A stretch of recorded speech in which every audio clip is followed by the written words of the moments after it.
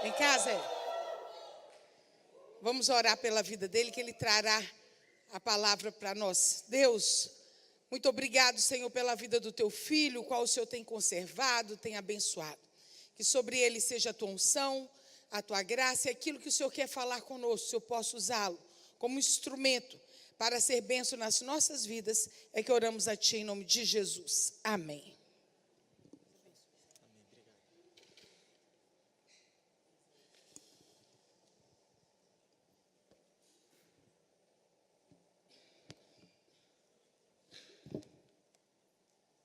Boa noite, a graça e a paz de Jesus a todos e a todas, que Deus te abençoe. Antes de mais nada, já quero te convidar a abrir a sua Bíblia, na segunda carta de Paulo aos Tessalonicenses, o capítulo 2. Segunda carta de Paulo aos Tessalonicenses, capítulo 2. Prazer novamente estar com os irmãos e irmãs aqui da Moriá. Sempre uma alegria, sempre uma satisfação vir aqui poder servi-los de alguma forma, mas tenha certeza de que quem sai mais abençoado desse lugar sou eu, pelo tamanho do carinho, do afeto e das bênçãos que Deus derrama através de vocês na minha vida. E eu espero ser sim uma boca de Deus para você nessa noite, ser boca de Deus para o que Ele quer fazer na sua vida e através da sua vida principalmente. Amém. Segunda carta de Paulo aos Tessalonicenses 2, quero ler a partir do verso 1 e vamos até o verso de número 4. Diz assim, palavras do apóstolo Paulo: Agora, irmãos, vamos esclarecer algumas coisas a respeito da vinda de nosso Senhor Jesus Cristo e de nosso encontro com Ele. Não se deixem abalar nem assustar tão facilmente por aqueles que dizem que o dia do Senhor já começou. Não acreditem neles, mesmo que afirmem ter recebido uma visão espiritual, uma revelação ou uma carta supostamente enviada por nós. Não se deixem enganar pelo que dizem, pois esse dia não virá, até que surja a rebelião, e venha o homem da perversidade, aquele que traz destruição.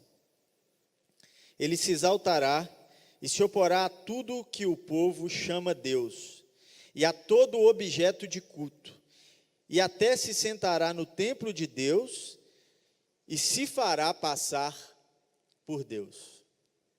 Vamos até aí. Desde o início dos tempos, desde a criação, o desejo do homem é ser Deus. É a partir desse desejo que o ser humano, ele peca. Ou esse é o pecado, é a essência do pecado humano. O desejo de ser Deus. Você tem no relato de Gênesis capítulo 3, que a proposta da serpente nada mais foi do que isso. A serpente fala com Eva assim: olha só, se você comer, ele não deixa você comer da árvore do bem e do mal, porque ele sabe que o dia que você comer, você vai ser igual a ele, você vai ser Deus. É a essa proposta que Eva cede, e Eva leva essa proposta para Adão, e é essa proposta Adão cede. E assim se segue a história, o homem querendo ser como Deus e querendo ser Deus. Você vê isso, por exemplo, em Gênesis capítulo 11, quando o homem quer erguer uma torre que vá até o céu, e de lá ele quer ser Deus. Você vê essa história se repetindo e se repetindo. O Salmo de número 86, por exemplo, mostra isso. E diz que os homens da perversidade, Deus falou, vocês são pequenos deuses de si mesmos. E isso vai como um ciclo. O homem quer ser Deus, mas na mesma medida em que quer ser Deus, ele cai. Deus o mostra que ele não pode ser como Deus. Há uma incapacidade ontológica. O que quer dizer isso? Uma incapacidade do ser. Não tem nada que o homem faça que possibilite a ele ser como Deus. Mas há assim como existe essa incapacidade do ser do homem, há também uma sede na natureza humana de querer ser como Deus, por conta do nosso pecado. E agora aqui em Tessalonicenses, Paulo está dizendo o seguinte, ele está falando, olha, não se deixem abalar e enganar pelo pessoal que vai chegar e vai falar que o último dia, o dia do Senhor, é o dia do julgamento, o dia aonde tudo vai ser passado a limpo. Não deixem se enganar e alguém falar com vocês que esse dia já chegou. Quando esse dia chegar, vocês vão saber que esse dia chegou. Porque esse dia só vai chegar quando essa perversidade humana, o homem da perversidade, aí muita gente interpreta como sendo de fato uma pessoa, um homem. Mas eu acho mais coerente com a Escritura, que aqui Paulo está falando da humanidade. Quando a humanidade chegar no seu estado de perversão absoluto. O homem da perversidade é um estado da humanidade de perversão absoluta. E como que a gente reconhece esse estado? Quando esse homem, essa humanidade não mais aceitar Deus, a ideia sobre Deus, um objeto de culto que seja Deus, e quando essa humanidade quiser se sentar no trono de Deus, e mais, ela vai se achar Deus. Esse é o sinal de que o dia do Senhor está chegando, não chegou ainda, mas está chegando.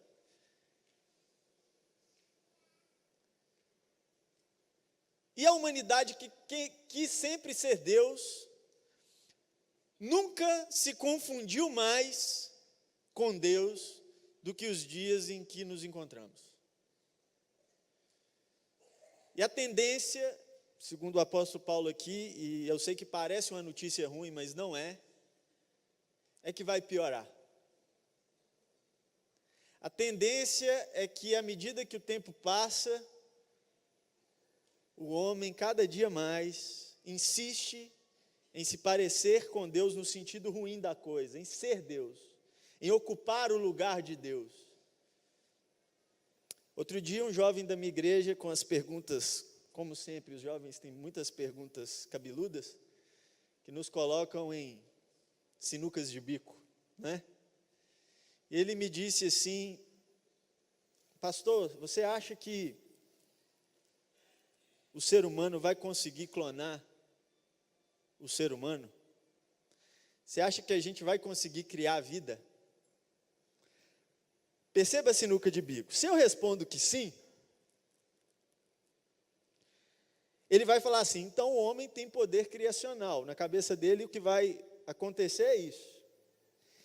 Mas se eu respondo que não, e amanhã o homem consegue,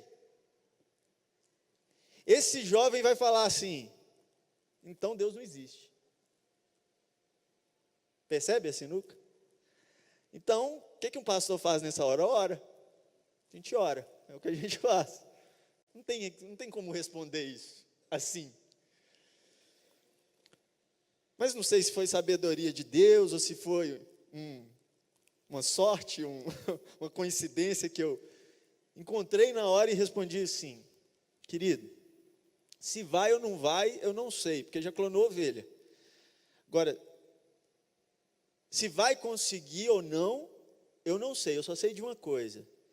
Se ele tiver a oportunidade de conseguir, ele vai. Porque a sede do homem é ser Deus. A pergunta não é se o homem vai conseguir ou não clonar um ser humano. A pergunta é: deveríamos querer criar um ser humano? Deveríamos querer ter o poder de Deus? Deveríamos querer fazer torres para chegarmos aos céus e parecermos-nos deuses, não com Deus, mas parecermos-nos deuses? Creio que não. Mas fato é que a gente quer. Fato é que o homem tem sede, por exemplo, de onipotência.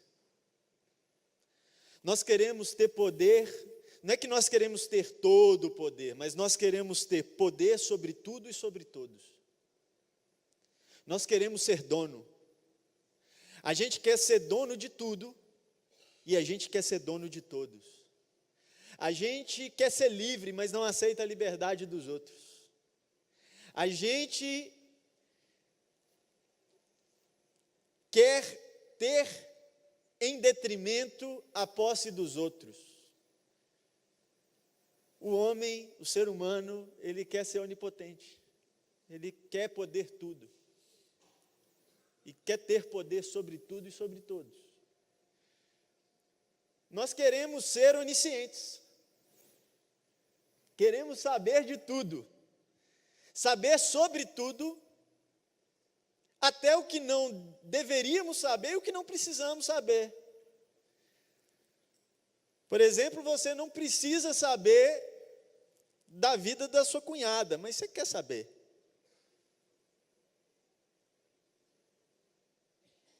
Por exemplo, você não quer saber da vida da sua colega, você não precisaria saber da vida da sua colega de escola que senta do lado, com quem que ela está ficando, ou com quem que ela está namorando, e de quem que ela está gostando. Mas no finalzinho, você quer saber. Porque você quer saber tudo. Informação é poder.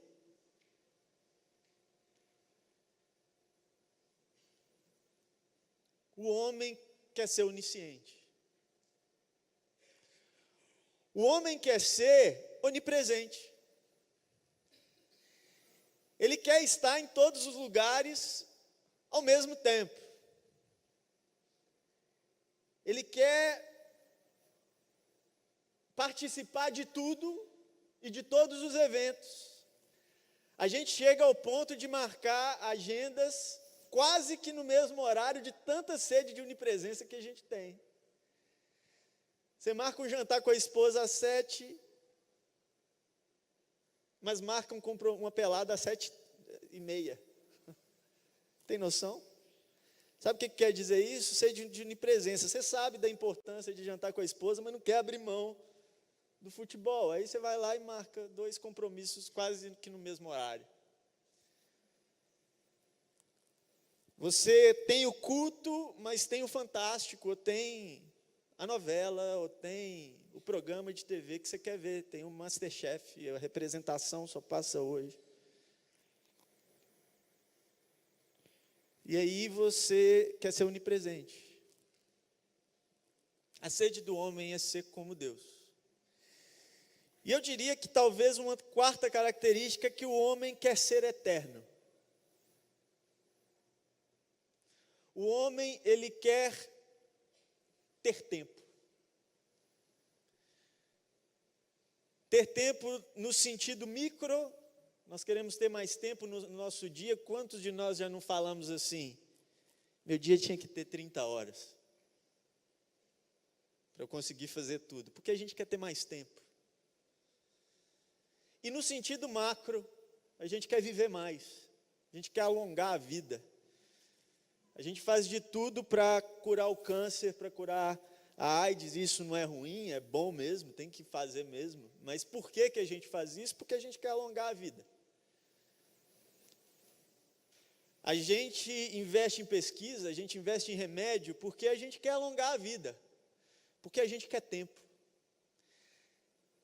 Isso cria até um dilema, não um dilema, uma situação, uma contradição que eu acho engraçadíssima. A gente perde a juventude para ganhar dinheiro e gasta o dinheiro que ganhou para ganhar mais tempo e aproveitar a vida. O dinheiro que a gente perdeu saúde ganhando dinheiro e depois perde o dinheiro que ganhou para ganhar saúde. Porque plano de saúde é caro, remédio é caro. E na velhice, o que resta é a gente ficar pagando plano de saúde, quando a gente é irresponsável assim, pagando plano de saúde e remédio. Então, o ser humano quer mais tempo, e ele quer ser eterno, ele tem essa sede de eternidade, porque no final ele quer ser Deus. Ele não aceita suas finitudes, ele não aceita seus limites de poder, seus limites de presença, seus limites de tempo, seus limites de ciência. Ele não aceita esses limites, e ele quer sempre extrapolar esses limites. O que isso tem a ver com o nosso tema? Tudo. Porque viver o inverso é viver na contramão de querer ser Deus. É viver na contramão de querer ser Deus para conseguir ser servo de Deus. Porque só consegue ser servo de Deus aquele que não quer mais ser Deus. Que abriu mão dessa ideia fixa de ser Deus. E fato é que, não só hoje, sempre foi assim, mas hoje mais do que nunca, essa sede de ser Deus está mais exposta do que jamais esteve. Só que ela pode aumentar o tanto que for, que a gente sempre vai esbarrar na nossa incapacidade de ser Deus. O que é muito legal, porque isso cria paradoxos. O que é um paradoxo? Paradoxo é quando existe uma aparente contradição. A gente está fazendo uma coisa, mas a gente age totalmente contra a coisa que estamos fazendo. Eu vou explicar melhor e você vai entender. Por exemplo, nós vivemos um tempo onde existe um paradoxo de poder. Por quê? Porque no auge da nossa sapiência humana e tal, nós criamos todas as possibilidades de extrair recurso mineral, por exemplo. A gente conseguiu fazer meios de ficarmos mais ricos. A humanidade nunca esteve tão rica no sentido de conseguir extrair da natureza o que precisa, de conseguir mercadejar da forma que precisa. A gente criou o livre mercado. Por que a gente criou o livre mercado? Porque a gente tem o desejo de ser rico. Por que a gente investe em máquina que faz extração mineral? Porque a gente quer ser rico. E a gente conseguiu. O nosso potencial de riqueza nunca esteve mais alto do que hoje. Mas o ser humano nunca esteve mais carente do que hoje. Não é interessante? A gente fez tudo para poder ser dono de tudo, para poder satisfazer as nossas vontades sobre tudo.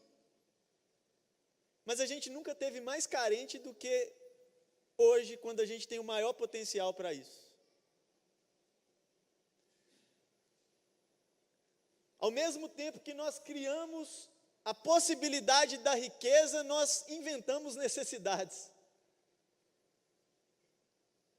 E a gente começou a ficar mais carente. E aqui carente tem tanto a ver com o lado material da coisa, porque a fome nunca foi tão grande, o desejo de segurança nunca foi tão intenso, porque a violência aumenta. Mas também tem as carências individuais, emocionais, sentimentais, e por aí vai. Ou seja, a gente enriqueceu. Pastor, só se fosse eu não, você pensou, né? Mas por incrível que pareça, você enriqueceu, só que essa carência não te deixa perceber isso. Sabia disso? Vou te mostrar dados de 20 anos atrás e você vai ver que você é mais rico. Você sabia que 20 anos atrás, menos de 1% da população brasileira já tinha saído para o exterior? Da população que vivia no Brasil naquele momento, menos de 1% já havia ido ao exterior. Esse número hoje chega perto de 6%. Perto.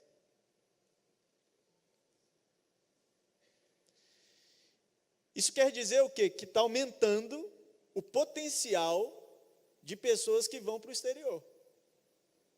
Porque ir para o exterior ainda é caro. Não é tão caro quanto já foi, mas é caro. Para a média do brasileiro é caro. Se eu perguntar aqui hoje quantos já foram para o exterior, o número com certeza será maior do que seria se eu fizesse a mesma pergunta para esse mesmo contingente social e populacional em 1999, por exemplo. Você tem mais roupas do que uma pessoa tinha naquela época. O seu carro é melhor e mais novo. E não só é mais novo, como é melhor em qualidade, porque a fabricação melhorou também. A gente melhorou na engenharia. Se você tem carro, claro.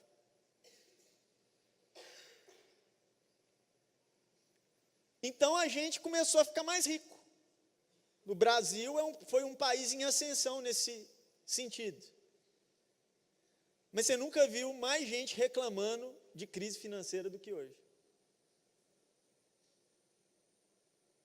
E eu não estou falando que não tem que reclamar, que eu sou um dos que reclamam. Só estou dizendo por que a gente reclama, se está tudo melhor do que estava. Porque essas coisas não são capazes de sanar esse desejo de ser dono. Porque quando você compra o iPhone 7, o 8 nem lançou e você já quer ele. Porque você é dono do 7, você não é dono do iPhone. Você é dono daquele iPhone. A Apple sacou isso e ela faz o quê? Eu vou lançar todo ano um iPhone porque o desejo dele sempre vai se renovando. Então a gente nunca teve mais potencial de riqueza, mas nunca esteve mais carente. Paradoxo. Era para a gente estar mais satisfeito, mas a gente não está. Outro paradoxo. A gente nunca esteve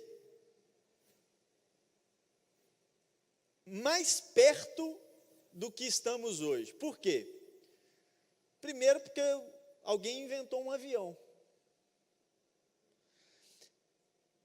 Antes, para eu conhecer uma pessoa que morasse a 2.000 quilômetros da minha casa, era a coisa mais rara do mundo. Hoje é a coisa mais fácil. A gente pega um avião e está num lugar. Eu posso ir no Japão hoje, se eu for dono do avião, porque aí não tem conexão, nada disso, mas em 12 horas a gente faz um voo, 12, 13 horas faz um voo para o Japão, se for um voo direto. Se você for de classe econômica e tudo, em 20 e poucas horas você vai chegar lá. Mas fato é que no mesmo dia você está no Japão, o outro lado do mundo. O mundo ficou pequeno, a terra ficou pequenininha. A gente nunca esteve mais perto das pessoas. E como se não fosse o bastante, a gente inventou um negócio que chama internet. E na internet, a gente conseguiu estar sem estar. Eu nunca saí do país, Zé Renato.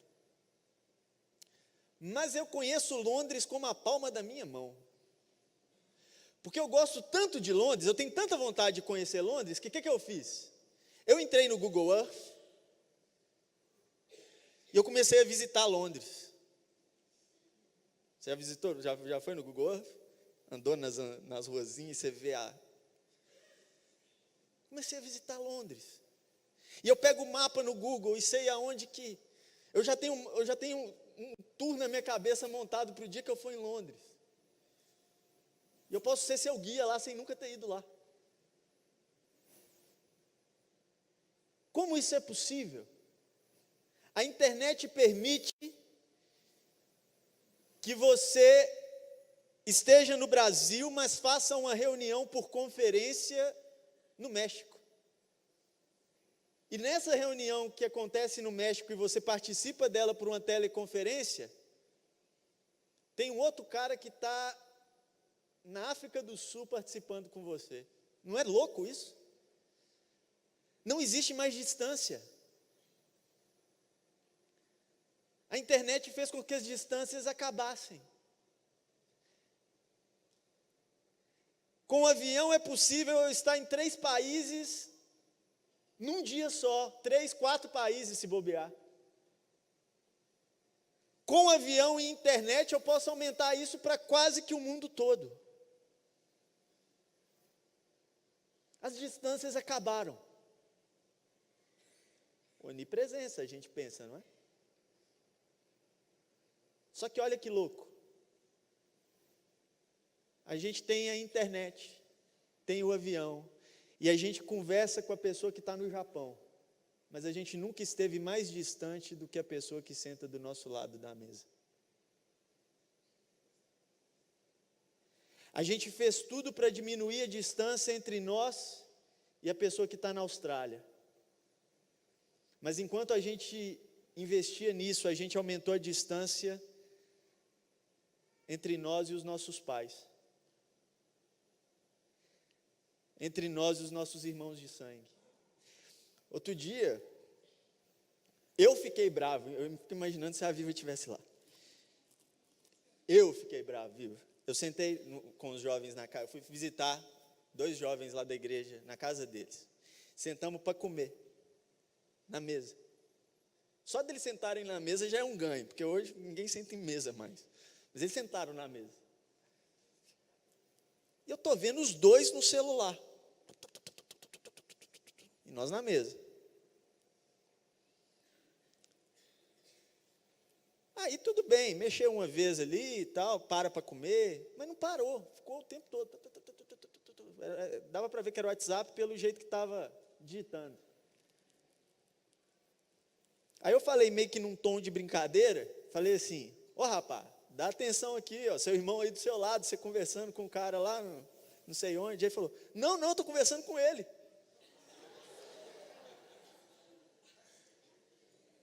E o outro lá estava conversando, os 2 no WhatsApp na mesa.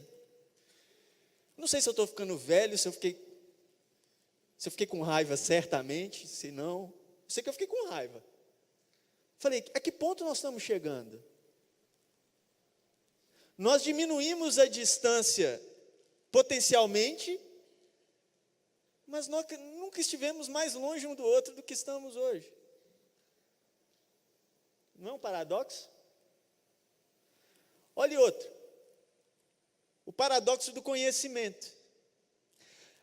Você sabia que uma criança hoje de 2 anos de idade, se você pegar a quantidade de informação que ela tem armazenada na cabeça dela, ela tem a mesma quantidade de informação que um homem de 50 anos na Idade Média? Não é louco isso? Bem que eu vi, outro dia, a filha do pastor Marquinhos, com 2 anos, pegou o iPad dele, lá na igreja, eu fiquei observando, ela pegou o iPad, com 2 anos, destravou, abriu uma pastinha que tinha lá, passou uma página da pasta, clicou no vídeo da galinha pintadinha e começou a dançar.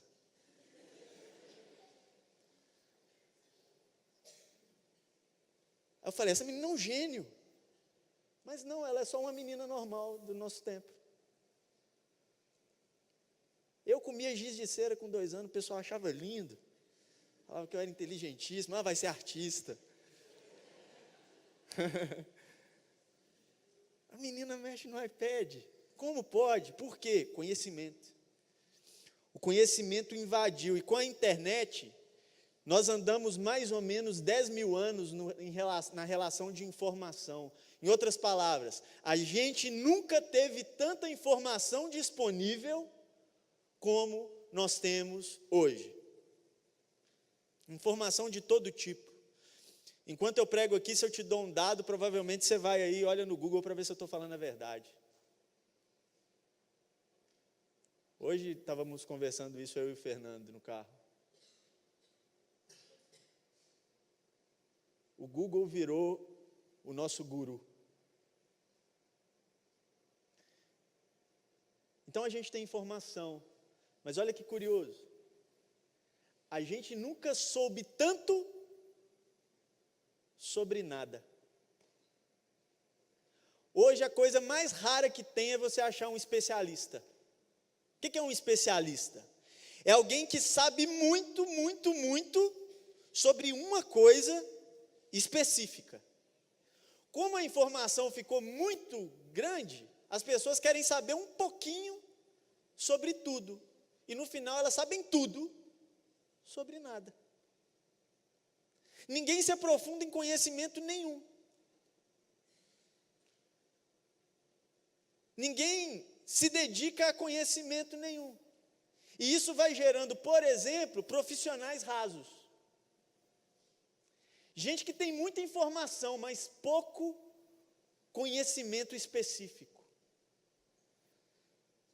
Chega num ponto que ele vai ter que se dedicar muito mais àquela área, porque ele não se dedicou quando deveria, porque ele está dividindo o cérebro dele com um monte de informações que para ele são inúteis.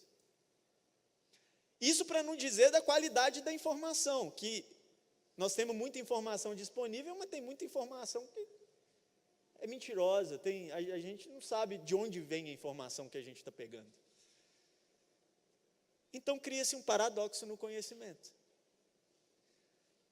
E para fechar esses exemplos, nós temos um paradoxo no tempo. Porque nós conseguimos reduzir as possibilidades de tempo ao máximo, eu acho. Eu não consigo mais, acho que só quando criar o teletransporte agora. Em qualquer área, pega qualquer área. Por exemplo, você vai sacar dinheiro. Hoje você vai pegar a fila para sacar dinheiro? Você vai no caixa rápido. O nome já diz, ele é rápido.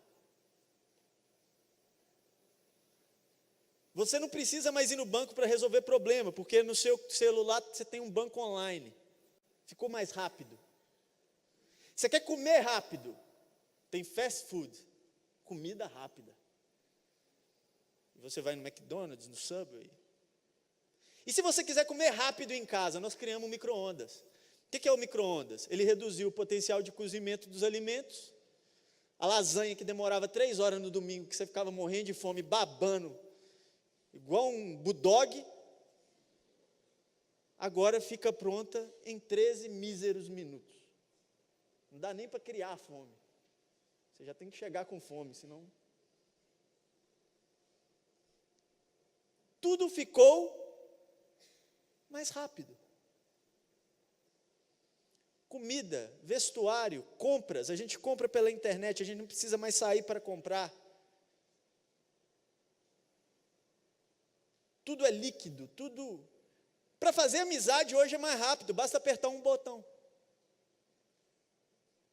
Você vai ali e aperta follow. E de repente a pessoa é sua amiga.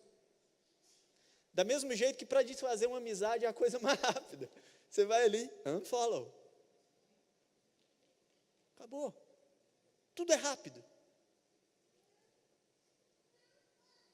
Mas a gente nunca esteve tão sem tempo. Já percebeu? Se a gente criou tanto instrumento para a gente poupar tempo, era para estar acontecendo o quê? Está sobrando tempo. Era ou não era? Ah, que bom, agora eu tenho tempo para minha família. Ah, que legal, vamos sair no fim de semana. Mas aí, quando tenta marcar, qual que é a desculpa? Eu não tenho tempo. Mas a gente criou o micro-ondas aqui, poxa. E as 2h30 da lasanha que a gente economizou, onde que está? Mas e a fila do banco que a gente economizou de tempo? Cadê o tempo? Porque na mesma medida que a gente diminuiu o tempo, ou de fazer as coisas, a gente aumentou o número de coisas que fazemos e as tarefas que fazemos. Então, no final das contas, o motivo que a gente deu para diminuir o tempo, que era ganhar tempo, não existe. É um paradoxo. O que você gosta mesmo é de ficar atolado. Você gosta de ficar ocupado demais. Você gosta de não ter tempo.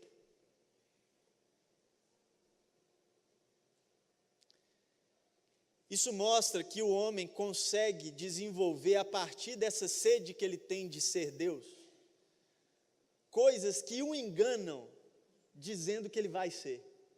Mas ele sempre vai esbarrar na incapacidade e na finitude. A pergunta é, como vivemos o inverso disso? E eu respondo para a gente orar.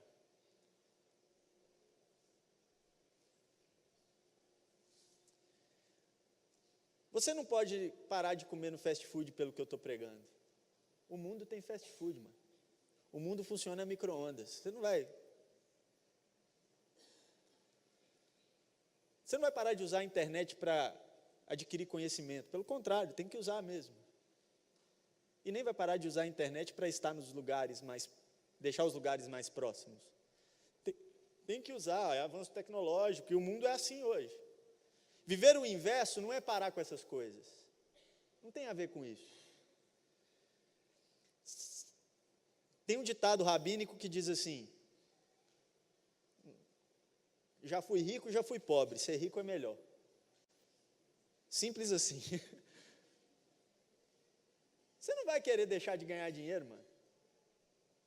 Você vai continuar investindo para ter riqueza.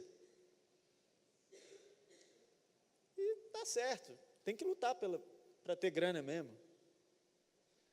A pergunta é o porquê você faz essas coisas. É que lugar esses elementos ocupam no seu coração. Viver o inverso disso é saber que você pode ter toda a riqueza do mundo, que isso não vai te fazer feliz.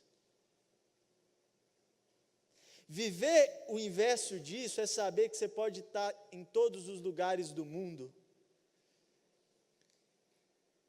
pela internet, ou seja, o que for, que você ainda vai se sentir sozinho.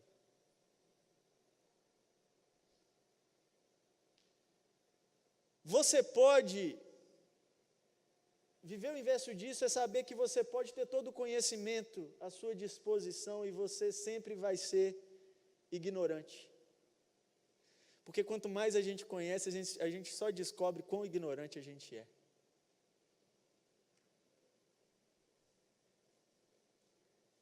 Você pode economizar o tanto de tempo que for, que se você não aprender a priorizar, sempre vai te faltar tempo. Viver o inverso é saber que isso não pode virar a sede de sermos nossos próprios deuses. Como nós servimos a Deus num mundo como esse? Quando eu vejo um paradoxo de poder, eu me lembro da história de Naamã, capitão poderoso que tinha dinheiro para dar e vender, se é que vende esse dinheiro, gastou tudo, mas não conseguiu tempo. Ele estava gastando o poder para tentar conseguir a eternidade, tempo.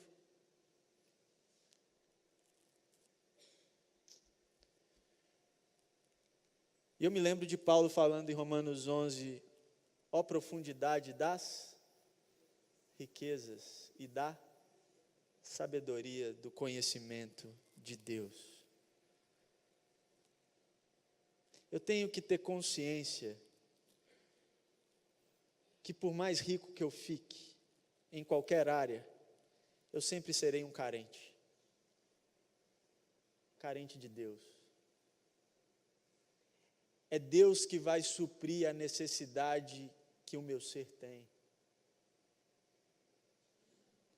Porque senão você começa a servir esse negócio que chama dinheiro. E o dinheiro é o pior dos deuses. Por isso que Paulo diz para Timóteo assim: é desse negócio aí que provém todos os males. É a sede de ser dono dos outros. Você pode ter o tanto de dinheiro que for, amigo, mas não deixa isso te pegar na consciência e você achar que porque você tem muito dinheiro, você é dono dos outros. Você não é. Você não é um Deus porque tem muito dinheiro. Pelo contrário, quanto mais dinheiro você tiver, tome muito cuidado e faça um exercício de se dobrar mais diante de Deus todo dia, porque senão o dinheiro te pega. Jesus falou mais do que... o assunto que Jesus mais exortou as pessoas foi sobre dinheiro. Falou que era mais fácil um camelo passar no buraco da agulha do que o rico entrar no céu, porque o dinheiro pega. Ele pega você na esquina. Então eu não estou aqui te falando, não tenha dinheiro, eu só estou dizendo, lembre-se, quanto mais dinheiro você tiver, mais se dobre diante de Deus e mais reconheça a sua insuficiência. Porque senão o dinheiro vai te pegar. Quer viver o inverso? Saiba que você é um ignorante. Conhecimento não vai bastar. Eu me lembro de Salomão. Salomão, sábio, conhecedor de tudo, caiu na coisa mais boba. Como é que alguém, não dá essa impressão, como é que alguém tão sábio se torna um idólatra como Salomão se tornou?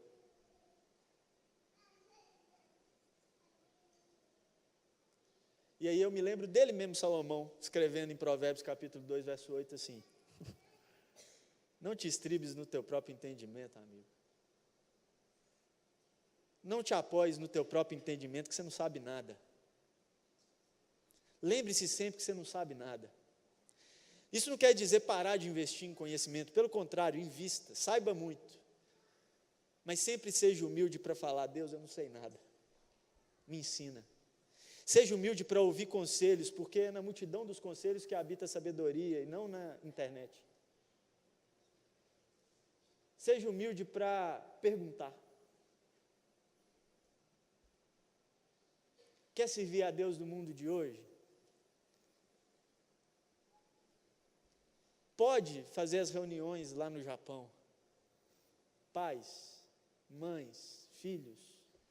Você pode fazer isso.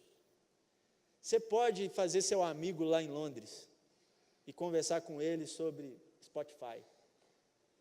Você pode fazer isso. Mas não faça isso em detrimento das pessoas que estão perto de você. Priorize os relacionamentos de perto, priorize sua casa, priorize sua família.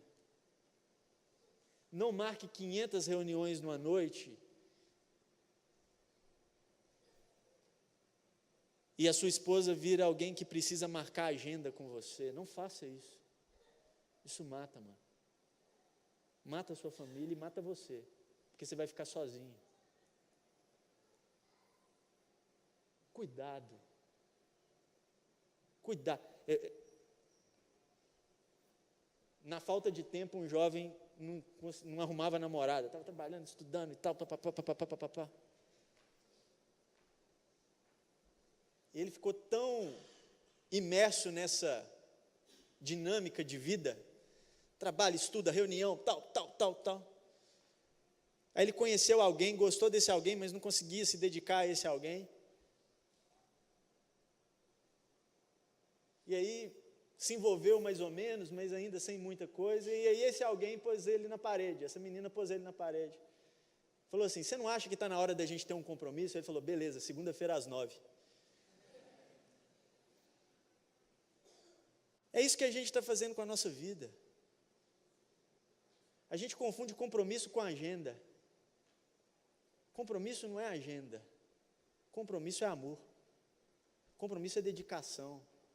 É esquecer de vez em quando esse maldito. E falar assim, meu bem, agora o tempo é seu. Esquece esse negócio. Filhos, esse tempo é de vocês. Nós vamos sair, vamos nos curtir. Amigos, vamos voltar a jogar bola, porque FIFA não está dando.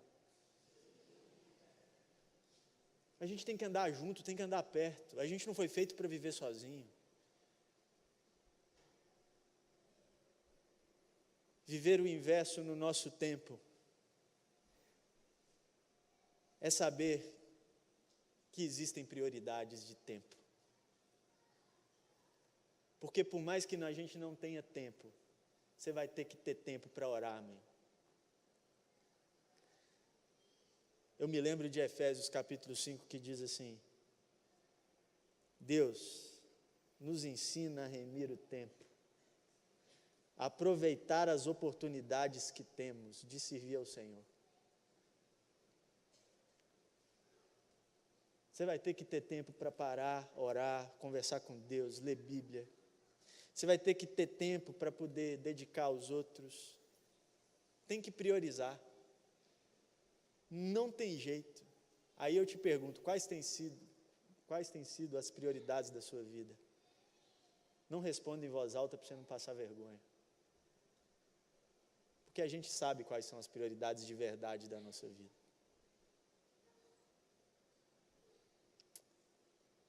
Eu quero orar. E a minha oração hoje é para que a gente viva o inverso. E que inverso é esse? Para a gente parar de querer ser Deus e aceitar as nossas limitações e finitudes. E começar a servir a Deus através do nosso tempo. Através do que temos à disposição. Eu não vou comer pior só para comer rápido. Comer um McDonald's de vez em quando até vai. Comer todo dia mata. Eu não vou viver de relacionamento de internet. Fazer um amigo na internet, tudo bem. Viver de relacionamento de internet mata. Eu não vou ficar perdendo toda a minha energia para ganhar dinheiro somente. Ganhar dinheiro tem que ganhar. Mas isso mata, se você deixar virar um Deus na sua vida. Eu quero orar por nós. E eu te convido a ficar de pé no seu lugar, se você quer fazer essa oração por você mesmo. Falar, Deus, eu quero viver o inverso dos valores desse mundo, que valoriza mais tempo, mais poder, mais dinheiro, mais presença, do que valoriza o Senhor. Eu quero valorizar mais o Senhor. Feche os seus olhos e ore comigo. Senhor Deus, nós oramos ao Senhor e dizemos para o Senhor que nós queremos viver o inverso do mundo. Que enquanto nossos colegas, amigos, amigas, parentes estão correndo atrás do dinheiro, nós consigamos correr atrás mais do Senhor do que do dinheiro. Que aquelas pessoas que sofrem pela falta de tempo, não possa ser esse o nosso caso, que a gente sofra pela falta de tempo com Deus, pela falta de tempo de oração, e isso cause sofrimento e mudança em nós. Não deixa, Pai, que a gente fique mais perto das pessoas que estão longe do que as que estão do nosso lado. Restaura o amor das famílias e a dedicação nas famílias. Transforma o nosso coração, Senhor. Não deixa que a gente invista mais em conhecimentos rasos do que se aprofunde, se especialize no que o Senhor nos deu como vocação. Nos dá sede de um conhecimento que seja para transformar de fato a sociedade, não para a gente mostrar que sabe.